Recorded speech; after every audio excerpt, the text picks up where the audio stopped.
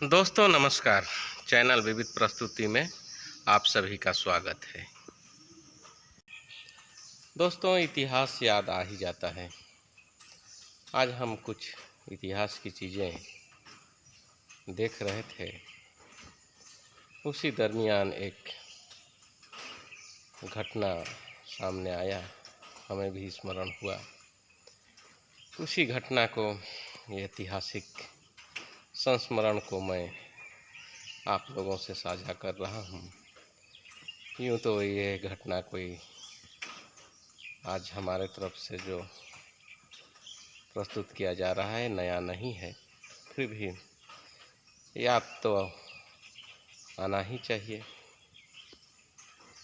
जो भूलने का हम लोग का प्रवृत्ति है वो कम से कम स्मृति में तब्दील रहे और उससे सबक लिया जा सके। तो इसी संदर्भ में मैं उस ऐतिहासिक घटना, ऐतिहासिक कालचक्र का जिक्र कर रहा हूँ। दोस्तों वह कालचक्र है जिसे कहा जाता है इतिहास में पेशवाई राज्य। पेशवाई राज्य में एक वर्ग विशेष के साथ कितना क्रूरता, कितना जलालत, कितना उनके साथ कुचक्र हुआ, ये आप सभी से भी छुपा हुआ चीज़ नहीं है। फिर भी स्मृति ताज़ा करने के उद्देश्य से इन चीज़ों को हम याद कर रहे हैं। दोस्तों उस समय में कथित रूप से एक वर्ग विशेष के साथ, जो कि अछूत दलित कहलाते थे, उनका शूद्र के नाम से नामकरण हुआ था। उस समय, उस युग में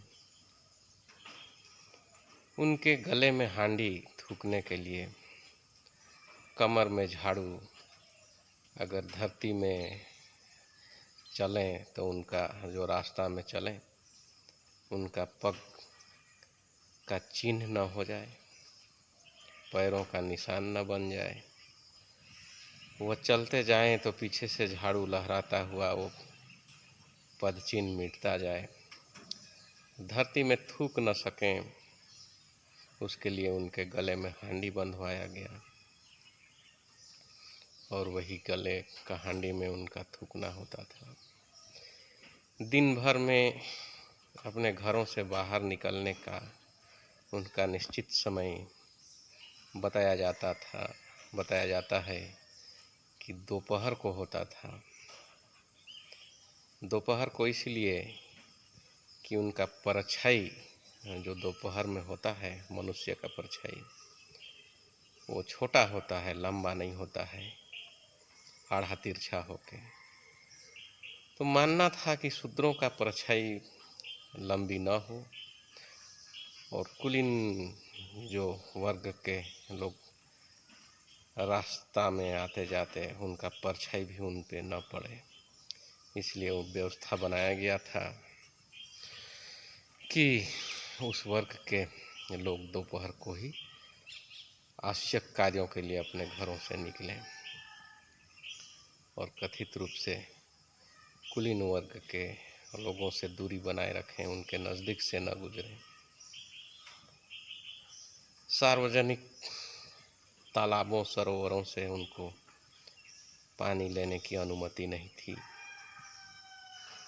और अगर पानी भी दिया जाता था तो उन्हें दूर से दिया जाता था। तो ये सब व्यवस्थाएं बीते युग में एक मनुष्यों के द्वारा ही एक मनुष्य के ऊपर किया गया था। तो हम कुछ ऐतिहासिक चीज़ें देख रहे थे, समझ रहे थे। तो ये सच्चाई समझने से सिहर उठती है सांसें, ये कहा जा सकता है। तो हम भी सोचने में विवश हुए, ये छोटा सा प्रस्तुतिकरण आप लोग के समक्ष रखें। ये ऐतिहासिक घटनाओं से वर्ग विशेष में आने वाले लोगों को स्मृति स्वरूप सजग रहना चाहिए और ये विडंबना का पुनरावृत्ति न हो। हालांकि वर्तमान में भी उसका यदा कदा छद्म रूप अभी भी व्याप्त है। ये छद्म रूपों से कैसे निजात पाया जा सके, उसके लिए हमारे समझ में तो एक ही चीज़ आता है और वो है शिक्षा। शिक्षा ही एक ऐसा विकल्प है, शिक्षा ही एक ऐसा आधार है जिसको पा लेने से, जिसको ग्रहण कर लेने से ये सब अकृत्य क्रूरतापूर्वक घटनाएं बंद हो सकती है, जो कि इतिहास में दर्ज है। और उसका छद्म रूप यदा कदा अभी भी इस जहान में व्याप्त है, ऐसा कहा जा सकता है। इसीलिए उस ऐतिहासिक घटना से वर्ग विशेष के लोगों को सबक लेना चाहिए और सचेत रहना चाहिए।